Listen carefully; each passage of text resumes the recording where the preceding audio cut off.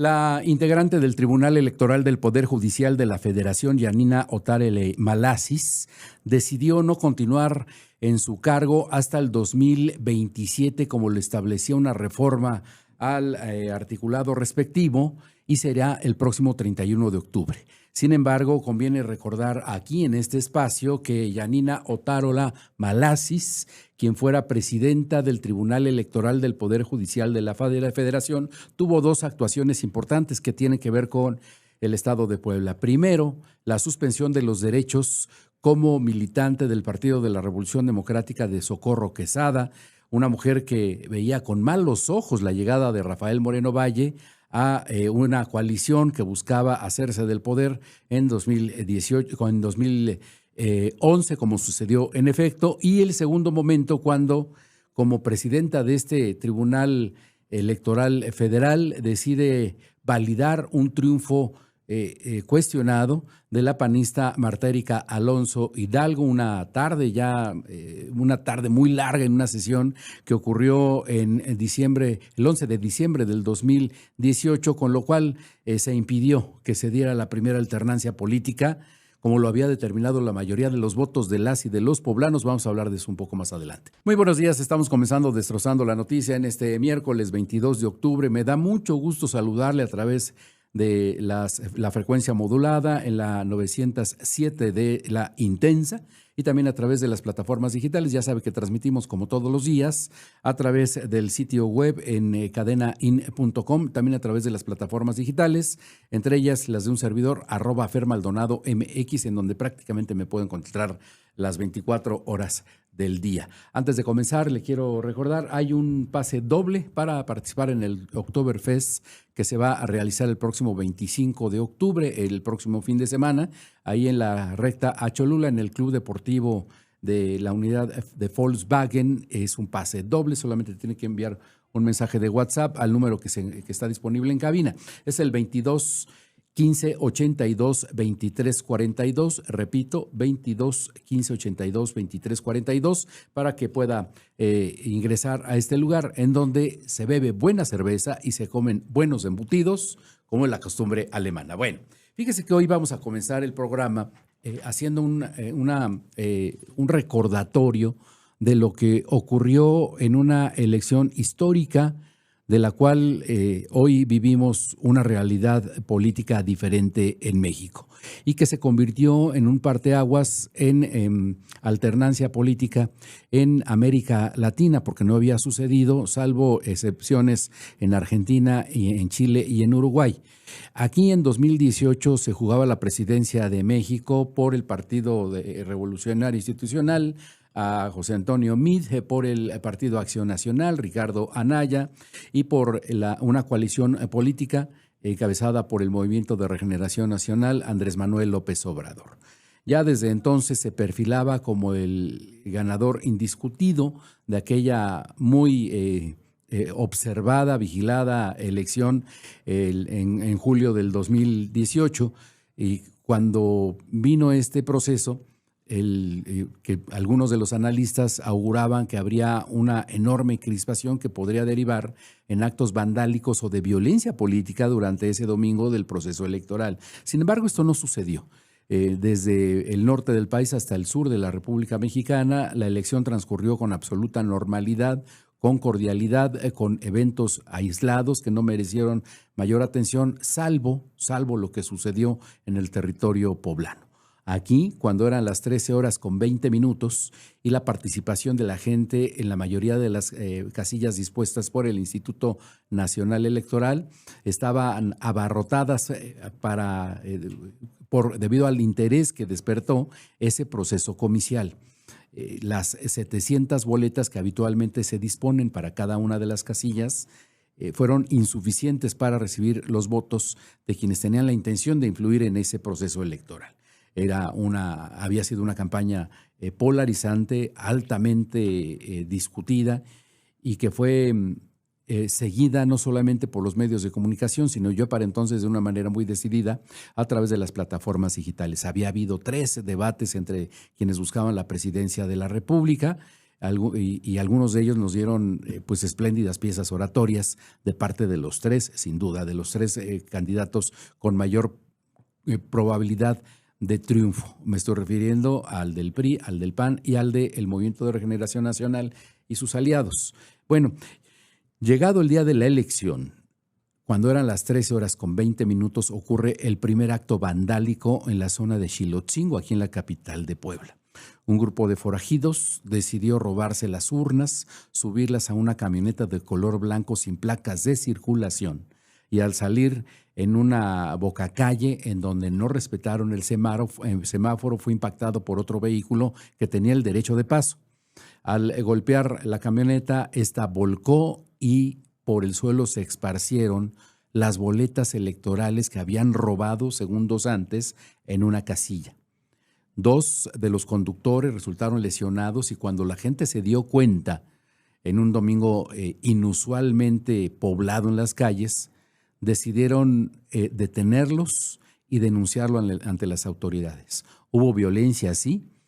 Algunas de las personas que se indignaron por la actuación vandálica en un ambiente político golpearon a estas 2 personas y fueron entregadas a las autoridades. Las boletas fueron aseguradas y entonces ahí comenzó el encendido de esa llama que poco a poco se fue extendiendo en distintas casillas electorales, a grado tal que fueron grabados delincuentes a bordo de camionetas armados con palos, con machetes y armas de alto poder. El propósito clarísimo, evidente, era sembrar el miedo para evitar que se produjera la alternancia política. ¿Quién había financiado, quién había organizado, quién había diseñado esa logística para influir de manera negativa en el ánimo del electorado, de manera tal que se resguardara en sus casas para evitar correr algún riesgo de violencia física? Bueno, evidentemente se trataba del grupo en el poder. En ese entonces, quien repartía el pastel político en Puebla, pues era uno de los jefes de un clan que había sido señalado por tener conductas no solamente ilegales, sino también inmorales. Me estoy refiriendo a Rafael Moreno Valle, quien había dejado el poder en 2017, pero que sin embargo se había convertido en el jefe político de un grupo muy importante de personajes que buscaban perpetuarse en el ejercicio del poder más allá del mandato constitucional para el cual había sido elegido en la elección del 2017 y que había terminado en había sido elegido en 2010, asumió el poder en 2011 y terminó su mandato en 2017. Había habido un breve periodo de mandato de Antonio Gali Fayad y luego vendría lo que conocimos como la gran tragedia poblana. Bueno, pues en todo este contexto, la intención de ese grupo político era evitar justamente que llegara un partido diferente al poder y que se convirtiera en un dique a las aspiraciones presidenciales de un Rafael Moreno Valle que ya había hecho una campaña nacional con el propósito de visibilizarse, de convertirse en un referente y ocupar el imaginario de los mexicanos como un factor de poder en los procesos electorales subsecuentes. Nada de eso sucedió porque luego la historia nos daría una lección y una enorme y lamentable sorpresa con el fallecimiento tanto de él como de su esposa y la tripulación, que ocurrió justamente el 24 de diciembre del 2018. Pero bueno, dicho lo cual, Yanina Otárola Malasis no será ya integrante del Tribunal Electoral del Poder Judicial de la Federación y le voy a decir, después de la pausa, las motivaciones que la colocaron en un ángulo de sospecha debido al fallo que concedió junto con otros 3 de los integrantes del Poder Electoral del Poder Judicial la noche de ese 11 de diciembre del 2018. Vamos a la pausa en Destrozando la Noticia y volvemos. Gracias, que continúa en la frecuencia modulada en la 907 de La Intensa y también a través de las plataformas digitales. Ya lo sabe, transmitimos a través de @laintensa_FM y también a través de las de un servidor, @FerMaldonado_MX. Antes de ir a la pausa, le compartía el contexto en el que se produce el anuncio de la integrante del Tribunal Electoral del Poder Judicial de la Federación, Yanina Otárola Malasis, de ya no continuar en su responsabilidad en este órgano decisivo en términos de competencia política. Ayer envió una carta al Senado de la República, la presidenta Laura Itzel Castillo, presidenta de la mesa directiva, en la que establece, y si nos acompaña a través de las plataformas digitales, leeré lo que dice el documento que fue enviado a la senadora Itzel Castillo. Dice: el 20 de octubre del 2016, el Pleno del Senado de la República, de conformidad con el artículo 99 de la Constitución Política de los Estados Unidos Mexicanos, me eligió magistrada de la Sala Superior del Tribunal Electoral del Poder Judicial de la Federación por el periodo de 9 años que concluye exactamente en unos días más, el 31 de octubre de este 2025. Sin embargo, el 15 de septiembre del 2024, hace el año pasado, se publicó en el Diario Oficial de la Federación un decreto por el que se reforman distintas disposiciones en las que se establece que la entrada en vigor de la reforma electoral de aquel año permanecerán en su encargo hasta el 2027, es decir, tenía la probabilidad de extender su permanencia en el poder electoral federal hasta dentro de 2 años. Dice Yanina Otárola: por medio de la presente informo a usted que he tomado la decisión de acogerme a mi primer nombramiento, acorde con el que rendí protesta ante el Pleno del Senado de la República, por lo que concluiré mis funciones como magistrada de la Sala Superior el próximo 31 de octubre. Informo también de mi decisión para los efectos del artículo 98 constitucional, que en su párrafo primero establece las reglas de sustitución de las y los integrantes del Tribunal Electoral, y firma a Yanina Otárola Malasis, quien, como le decía, tiene una larga historia de decisiones, ellas muy polémicas, y que ha repercutido en la vida política y social del Estado de Puebla. El primero de ellos fue cuando decidió suspender los derechos a Socorro Quesada, una decidida participante de la vida política en la izquierda en Puebla, porque había sido una de las opositoras a que este partido político se coaligara con el Partido Acción Nacional, cuando el entonces panista Rafael Moreno Valle buscaba competir por la gubernatura del Estado de Puebla. La suspensión de los derechos como militante del Partido de la Revolución Democrática, que afectaron la vida política de una mujer como Socorro Quesada, no impidió para que ella mantuviera su crítica permanente, pertinaz, respecto de su partido político, que había decidido hacer una alianza muy, muy difícil de entender, puesto que se trataba de un partido político de orientación de izquierda con un partido de la extrema derecha como Acción Nacional. Pero eso ya es otra historia. La decisión de Yanina Otárola apartó de la militancia partidista a una mujer como Socorro Quesada. Ese es en un primer momento, pero el segundo ocurrió un sábado 11 de diciembre del 2018, después de todo lo sucedido en esta violencia política registrada en la elección de ese mismo año para elegir gobernador y presidente de México. En la gubernatura competían, ya lo sabemos, el fallecido Miguel Barbosa por parte del Movimiento de Regeneración Nacional. Por el PRI había sido Enrique Dóger Guerrero, y por el Partido Acción Nacional la esposa de Rafael Moreno Valle, Marta Erika Alonso. Bueno, en una sesión muy larga, maratónica, que se llevó prácticamente todo el día, terminó casi a la medianoche, Yanina Otárola era la presidenta de la Sala Superior del Poder Electoral Federal. En un fallo muy discutido, muy sospechoso, es cuando deciden validar el triunfo de Marta Erika Alonso. Le voy a compartir esta pieza porque nos va a permitir entender todo lo que había sucedido hasta el punto final, en donde el tribunal decide concederle el triunfo a una mujer que lamentablemente perdió la vida unos días después, pero que también había sido obligada a protestar como gobernadora casi a la medianoche, no ante el Pleno de la Cámara de Diputados, sino un ambiente absolutamente oscuro, en penumbra, en el Poder Judicial del Estado, pero esa ya es otra historia. Escuche este material.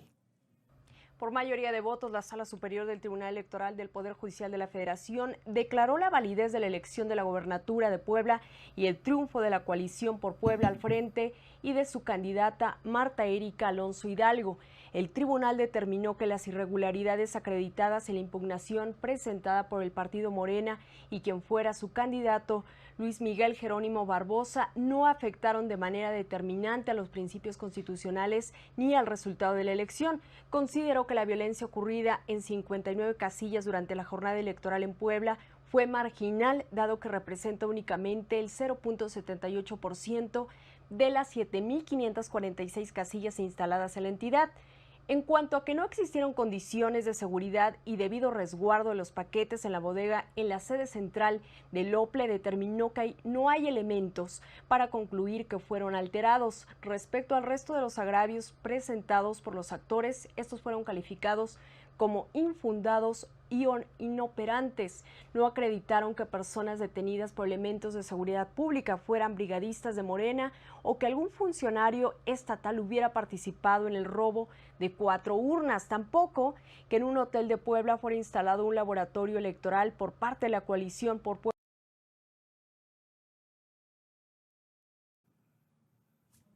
Bueno, eso fue lo que ocurrió aquel 11 de diciembre del 2018. Es una pieza realizada por Justicia TV, el canal oficial de la Suprema Corte de Justicia de la Nación, que dio también una amplia cobertura a la sesión de aquel 11 de diciembre del 2018. ¿Qué había sucedido cuando narran el episodio en el que solamente 5 urnas habían sido sustraídas y que había habido violencia solamente en 20 y tantas casillas electorales? Pues la verdad es que había mucho más de dónde cortar, porque un grupo de pandilleros a cuya cabeza se encontraba un personaje siniestro que luego se supo era quien manejaba la mayoría de las narcotienditas en los mercados de la capital de Puebla, a quien se le conocía como El Grillo. Había sido quien había contratado y reclutado a un grupo de golpeadores y algunos sicarios que estaban a su servicio para cometer los actos vandálicos de los que se refiere esta pieza informativa de Justicia TV. El Instituto Nacional Electoral, el Consejo Local del INE en Puebla registró ataques de arma de fuego directa en contra del personal que trabajaba en esa jornada comicial en aquel domingo. El miedo, en efecto, tuvo una repercusión muy importante en el ánimo del electorado, que tuvo que resguardarse entre 1 y 3:30 de la tarde en un periodo de tiempo decisivo para el desarrollo de la jornada electoral. El resultado de aquella elección fue tan cerrado que debió convocarse a un nuevo proceso. Ese episodio, el del 2018, obligó a que la elección fuera, digamos, como el negro en el arroz o el pelo en la sopa de un gran platillo que se había servido en todo el país y que había sorprendido a mucha gente porque no había habido mayor crispación ni violencia en ninguno de los lugares de la República Mexicana, salvo el estado de Puebla, en donde existía un grupo caciquil liderado por Moreno Valle y que se había empeñado en convertirse en candidato presidencial, no en ese proceso porque ya no lo había conseguido, le había ganado la partida a Ricardo Anaya, sino 6 años después. ¿Qué necesitaba? Necesitaba una plataforma política y esa se la iba a conceder el gobierno consecuente de aquel entonces. De 18 hacia adelante tendría que haber una gobernadora que le permitiera continuar utilizando recursos públicos, los medios de comunicación afines para continuar en ese empeño y luego convertirse en candidato presidencial. Ya lo sabemos, nada de eso se consiguió porque se frustró con la caída del helicóptero aquel domingo 24 de diciembre, más o menos a la 1:30, 2 de la tarde, cuando de una manera sorpresiva y extraña deciden viajar a la Ciudad de México tanto Rafael Moreno Valle como su esposa Marta Erika Alonso, que ya era gobernadora, duró 10 días en funciones, para asistir a una reunión familiar allá en la capital de la República Mexicana, una reunión que se frustró debido a la caída, el desplome de esta aeronave, que durante mucho tiempo alimentó la especulación en el sentido de que había caído producto de un atentado, aunque hay ya múltiples peritajes que establecen que fue una falla derivada de la falta de mantenimiento en el rotor de este helicóptero y que había sido la razón fundamental por la cual estas personas habían perdido la vida. Todo eso ocurrió en un contexto particular, la decisión del Tribunal Electoral del Poder Judicial de concederle el triunfo a Marta Erika Alonso, no obstante la existencia de actos vandálicos, intentos de secuestro y incluso tentativa de homicidio en contra de los funcionarios que se encontraban resguardando las casillas del Instituto Nacional Electoral en la capital poblana. Hay testimonios de funcionarios del Instituto Nacional Electoral que hablan de cómo personas embosadas les apuntaron con armas de fuego directamente para impedir que continuara el desarrollo de la jornada electoral. Y sin embargo, Yanina Otárola, la mujer a quien hoy hay un sector de la opinión pública que la defiende y que la quiere convertir en una especie de heroína de los procesos democráticos, tiene dos manchas que son inocultables y que hay que referirlas porque sin duda ayudar a recuperar la memoria nos permitirá seguramente repetir episodios tan bochornosos como los que se vivieron en aquel 2018, en donde un grupo de matones al servicio del grupo en el poder de aquel entonces intentó impedir que usted, que nosotros, que quienes votamos en esa jornada, ejerciéramos nuestro derecho y en consecuencia la voluntad y el futuro político de este Estado. Lo que vino después, claro, ya lo conocemos, hubo una elección extraordinaria en 2019, en donde ya los otros actores, hubo un competidor por el Partido Acción Nacional, que es el doctor Enrique Cárdenas, y por el Partido Revolucionario Institucional, otro personaje muy menor, y repitió como candidato Miguel Barbosa, que consiguió entonces, casi un año después, ganar las elecciones, convertirse en un gobernador que tampoco terminó su mandato, derivado del fallecimiento que ocurrió en 2023, pero la historia comienza allí. La gran tragedia poblana tiene como origen una tarde de sábado del 11 de diciembre del 2018, cuando esta mujer, la integrante aún del Poder Judicial Federal Electoral, tomó una decisión muy, muy discutida y sospechosa. No podríamos asegurar que se trató de un acto de corrupción, pero que concedió por segunda vez un favor a un personaje siniestro, ciertamente, que militó en el Partido Acción Nacional y que era una extensión del grupo político que buscaba perpetuarse durante por lo menos 12 años en el poder en Puebla. Y con esto, la verdad es que se nos quedaron algunos materiales en el tintero, pero valía la pena recordar todo lo que había sucedido a propósito de la renuncia a mantenerse en el Tribunal Electoral del Poder Judicial de la Federación, esta mujer que dicen algunos opinólogos que es una heroína de los procesos democráticos. Hay que ver al personaje desde sus distintos ángulos, porque absolutamente todos quienes han contribuido a construir la historia de este país tienen claros y tienen oscuros, algunos más oscuros que claros. Llegamos a la parte final de Destrozando la Noticia. Quiero agradecer que nos haya acompañado en este miércoles. Estamos en mitad de la semana. Ya se ve en lo inmediato, en el horizonte, el viernes, para llegar felizmente al asueto de esta semana. Gracias por el favor de su atención. Que pase muy buena mañana y hasta entonces.